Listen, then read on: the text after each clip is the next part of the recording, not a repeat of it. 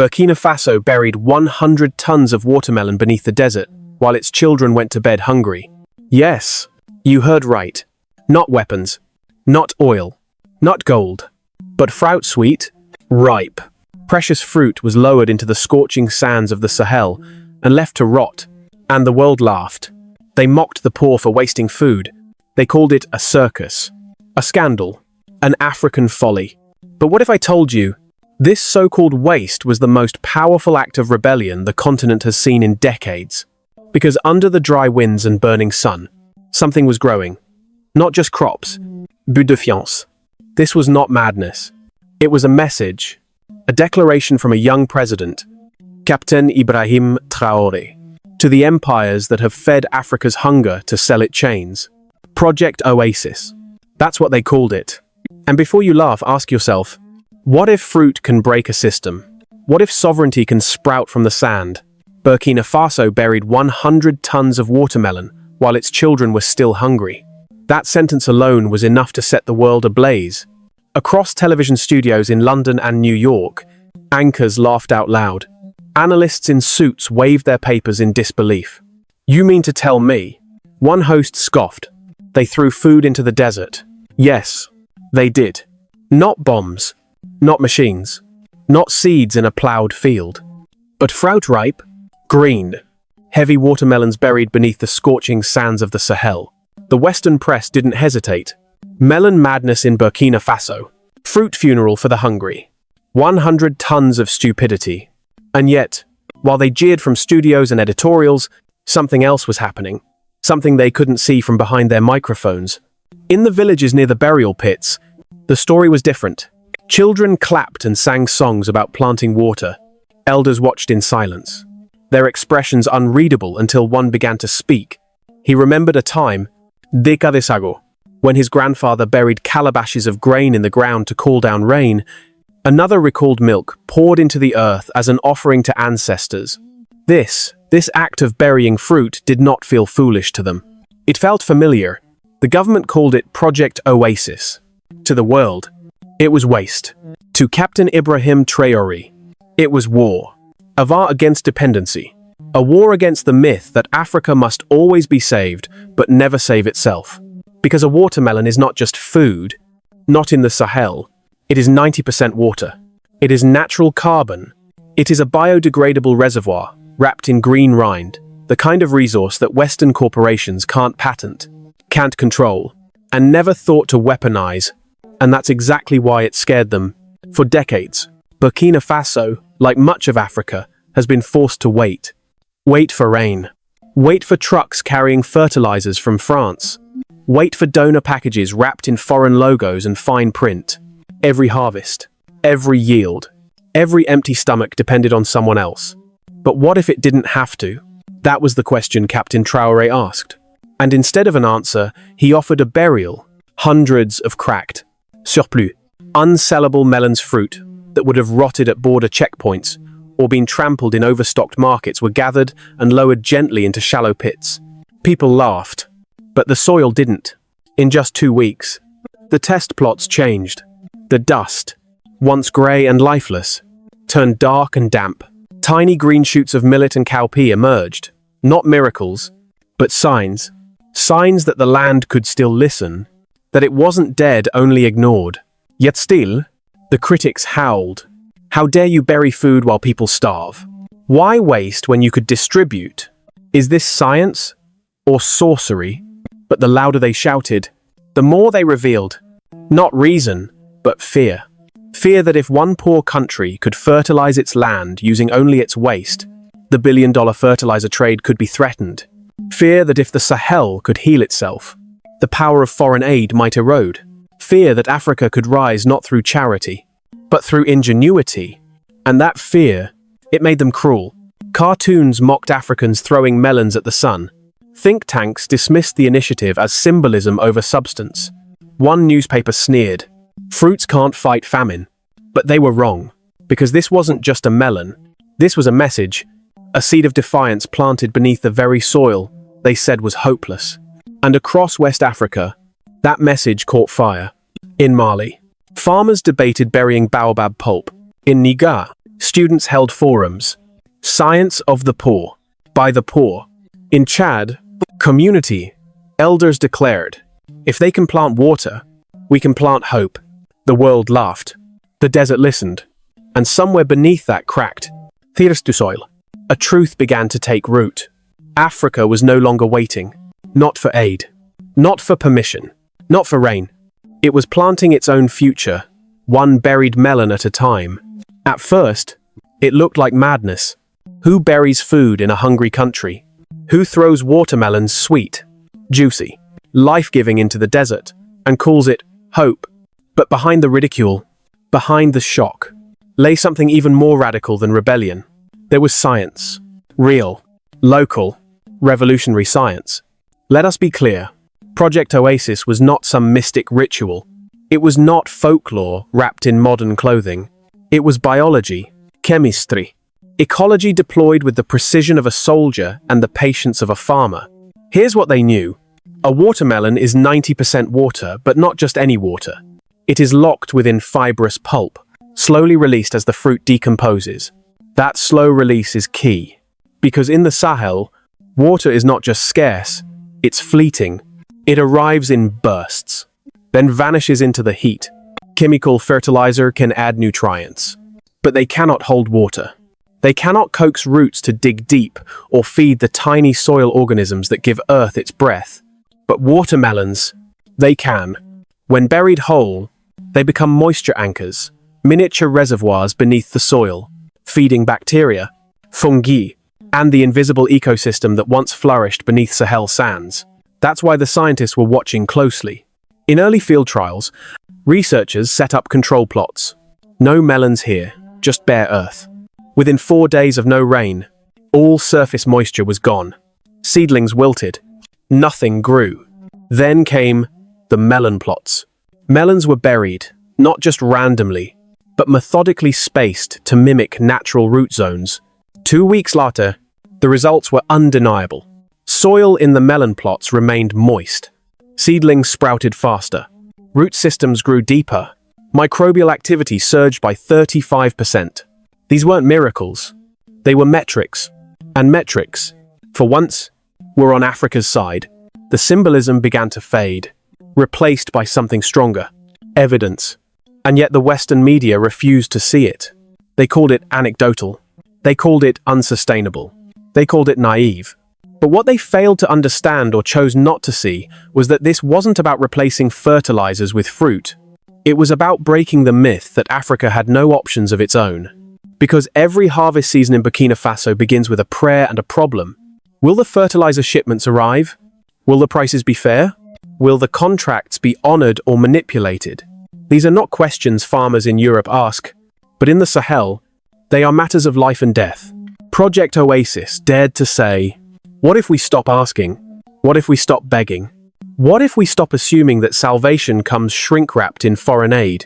Instead, what if it comes in the form of cracked melons abandoned at border checkpoints? What if the fruit that rots in markets can become the foundation of self-reliance? In this light, Project Oasis was not just an agricultural experiment. It was a political act, a message to the world.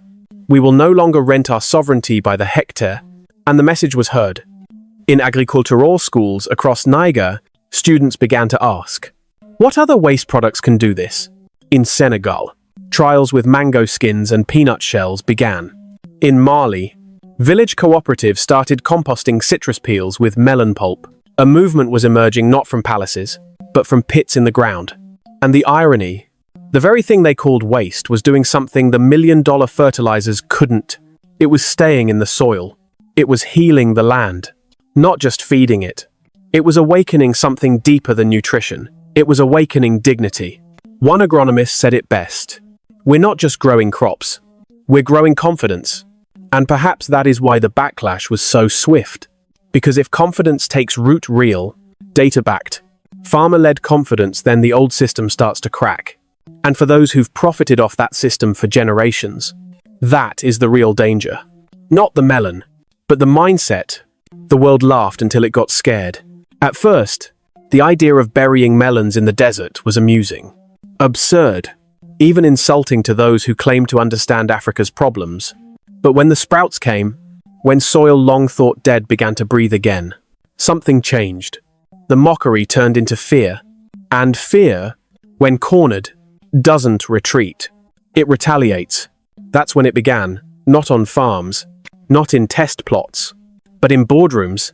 Behind the walls of agricultural lobbies and donor agencies, red flags were raised. And then the leak, an internal memo from a powerful European fertilizer trade association, found its way online. The language was clear. No spin, no diplomacy, just panic. It warned, if Project Oasis proves viable, demand for imported fertilizers could decline across West Africa. Annual revenues in the billions are at risk. Burkina Faso must not be allowed to set a precedent. The memo laid out a strategy not to counter the science, but to kill the idea. Step 1. Discredit the science. Step 2. Amplify stories of hunger and waste. Step 3. Frame the government as reckless and corrupt. Step 4. Leverage media partners to spread doubt and ridicule. And just like that, headlines began to shift. Where once they had laughed, now they accused. Burkina Faso buries food while children starve. Melon stunt masks government failure. Is Project Oasis a propaganda tool? Television panels discussed Traoré the trickster, not Traoré the tactician. Think tanks issued reports titled Agricultural Populism in the Sahel. Cartoons were replaced by cold suspicion. But inside Burkina Faso, the leak landed like a thunderclap. Radio hosts read it aloud. Villagers whispered, if they're this scared, maybe we're onto something. Memes flooded social media. Watermelons, breaking chains, slogans like fear the fruit. Opposition leader pounced, demanding inquiry. Protesters took to the streets. Where is our food? Where is the truth? It could have collapsed the project. It could have crushed morale. But something unexpected happened instead. Pride. Because for once, it wasn't just Burkina Faso reacting to the world. It was the world reacting to Burkina Faso. In village after village, the response was not despair, it was defiance. We are poor, one farmer said, but even our waste frightens them. Government scientists doubled down. They published independent lab results. Soil moisture in melon plots held for 14 days without rain compared to just 4 inches untreated soil. Millet roots grew twice as deep. Microbial life jumped 3.5%. These weren't just facts. They were ammunition. In a press conference, a minister held up 2 pictures. On one side, cracked grey earth. On the other, green shoots pushing through. He looked directly into the cameras and said, "This is not theatre. This is not magic. This is measurable. And this is African." The strategy worked, at least for a time. Critics abroad tried to dismiss the findings. A few plots don't prove anything. Watermelons can't scale. But they missed the point. Because Project Oasis was never just about melons. It was about proving that Africa can think for itself, that its people are not just recipients of aid, but creators of answers. And that is what made fruit become fire. Because when Africa begins to dream with its own mind and plant with its own hands, the global supply chains that feed on its dependence begin to crack. What scared them wasn't the science. It was the symbolism. If melons could do this, what else could? What about mango skins? What about groundnut shells? What about all the things the world throws away that Africa could turn into power? That was the fear. And that fear turned Project Oasis from an experiment into a threat. The dust was still settling from the leaked memo when something extraordinary happened. Something no campaign, no analyst, no report could deny. The soil spoke. And what it said shook the silence louder than any protest. In the northern province of Soum, a farmer named Adama bent over a patch of land he had abandoned years ago. He had scattered seeds in it season after season, each time watching the wind take them, the sun scorch them, the earth reject them. But now, something had changed. Tiny green stalks pushed through the dirt. Millet riol, living millet grew, where only dust had ruled for years. Adama called to his wife. She touched the soil and said, "It feels alive again." She wasn't wrong, because now the numbers matched the feeling. Millet roots twice as deep. Moisture retention tripled. Soil respiration up 35%. Even critics were stunned. The buried melons weren't just decaying, they were reviving. They were feeding microbes, balancing pH levels, storing moisture long after the skies stopped raining. It wasn't theory anymore. It was harvest. And across Burkina Faso, the mood shifted. In marketplaces once filled with arguments, people began sharing stories. In mosques, after prayer, elders whispered of ancient rituals reborn in new form. In classrooms, teachers used watermelon pulp as metaphors for resilience. What once sparked division was now growing connection. Even those who had doubted vendors, journalists, opposition voices couldn't ignore the photos. Cracked melons in sand, then sprouts, then green, then food. Proof, not from policy papers, but from the ground itself. And with that proof came pride. In Bobo Dioulasso, school children helped dig melon pits during plant water days. Each child laid one melon into the ground, said a prayer, and walked away, believing they had fed their future. In Kaya, women's cooperatives gathered unsellable fruit and crop residue to create compost blends. They sold enriched soil to other villages, not just as product, but as promise. And in Ouagadougou, radio programs stopped asking, "Is this real?" They started asking, "How do we scale it?" The government moved quickly. They trained extension workers, mapped dry zones, introduced rotating burial schedules to manage pests and avoid rot. Some Western think tanks still scoffed. One article sneered, "Melons can't feed a nation." But that wasn't the point. No one said they would. What Project Oasis proved was that Africa didn't need to import imagination. It had its own buried under shame, neglected by foreign metrics, and now waking up. And that awakening spread. In Niger, students hosted debates. Which waste saves most? In Mali, families added baobab pulp to melon pits, boosting potassium in the soil. In Senegal, youth groups held innovation challenges, turn waste into wealth. What began as an agricultural experiment had become something deeper, a psychological recovery. Farmers who once cursed their land now returned to it with reverence. Mothers who once feared hunger now taught their daughters to compost. And men who had left for the city returned, saying, "There is work to be done in our soil." That was the secret. Not the melon, but the mindset it fertilized. Confidence, participation, pride. Not pride in government, not pride in policy, but in themselves, in their land, their ancestors, their own hands. For decades, Africa had been told what to do, what to plant, what to buy, what to believe. Now, for once, it was Burkina Faso teaching, and others were listening. And while critics still searched for flaws, the people were already planting the next batch of melons. Not for spectacle, but for sovereignty. Because once the soil starts speaking, no one can tell it to be quiet again. What began with a few cracked melons in shallow pits had now grown into something no one could ignore. Not donors, not critics, not even the corporations whose profits trembled at the sound of African farmers reclaiming their soil. Project Oasis was no longer just a project. It was a movement, a quiet revolution spreading from dry fields to crowded markets, from village radios to the halls of regional power. A revolution wrapped not in manifestos, but in melon rind. In the village of Sapui, the transformation took human form. Soliane, a former soldier, had returned home after years guarding remote outposts. His village, once green, was now bare cracked by drought and despair. But instead of leaving again, he joined a melon burial crew. "We once guarded borders," he said on a local radio show. "Now we guard the ground that feeds our children." His words sparked something. Veterans from other regions began joining the effort, finding not just work, but purpose. Project Oasis had created a new mission to defend survival, not just sovereignty. In Tenkadogo, women's cooperatives took the lead. They organized spoiled fruit days, collecting discarded melons, mango peels, peanut shells.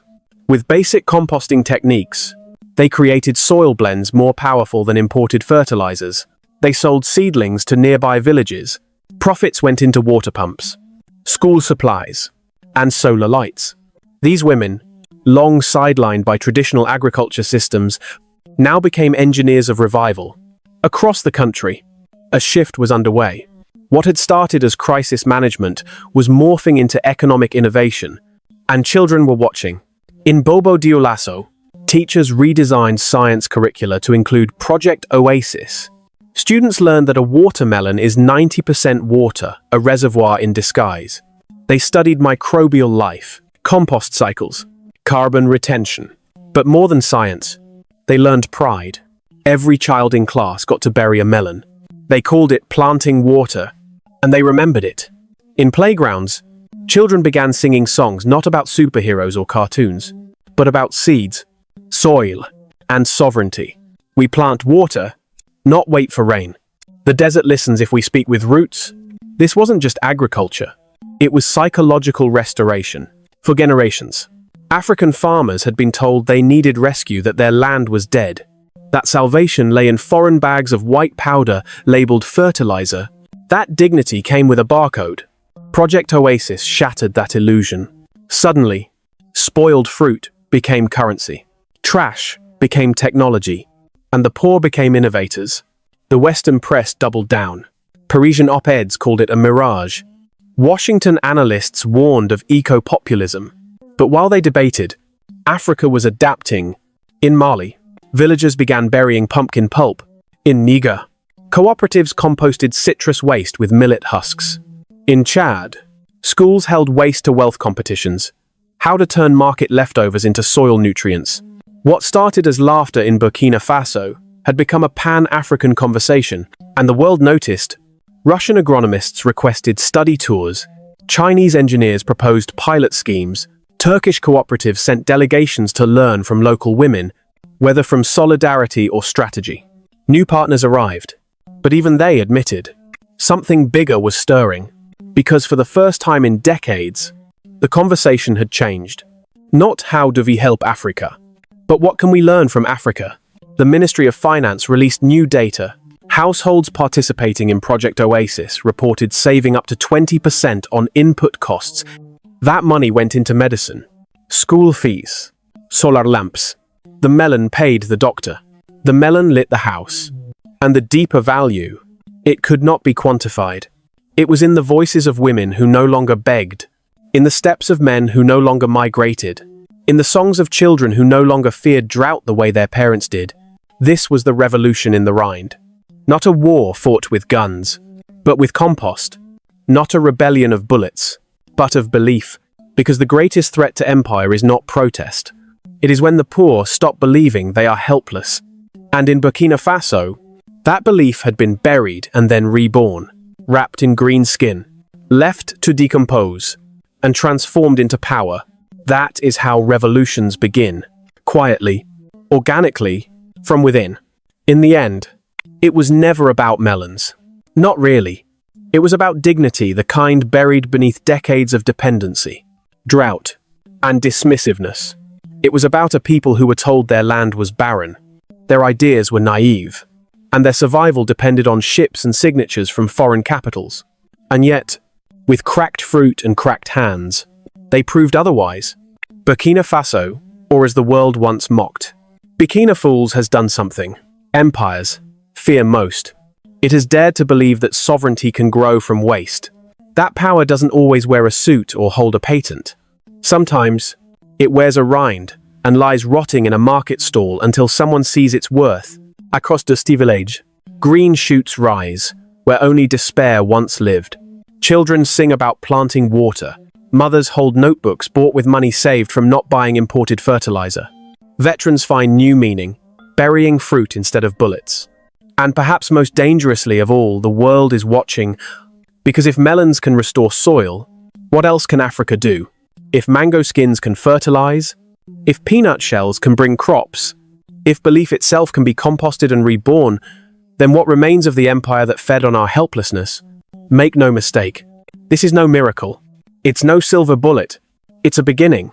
The buried fruit is just the first line of a new chapter, one written not in debt, but in defiance, not in dependence, but in dignity. So, before you scroll past, ask yourself, would you bury a melon to feed your people? Would you plant sovereignty with your bare hands? If this report opened your eyes, do not let it be buried again.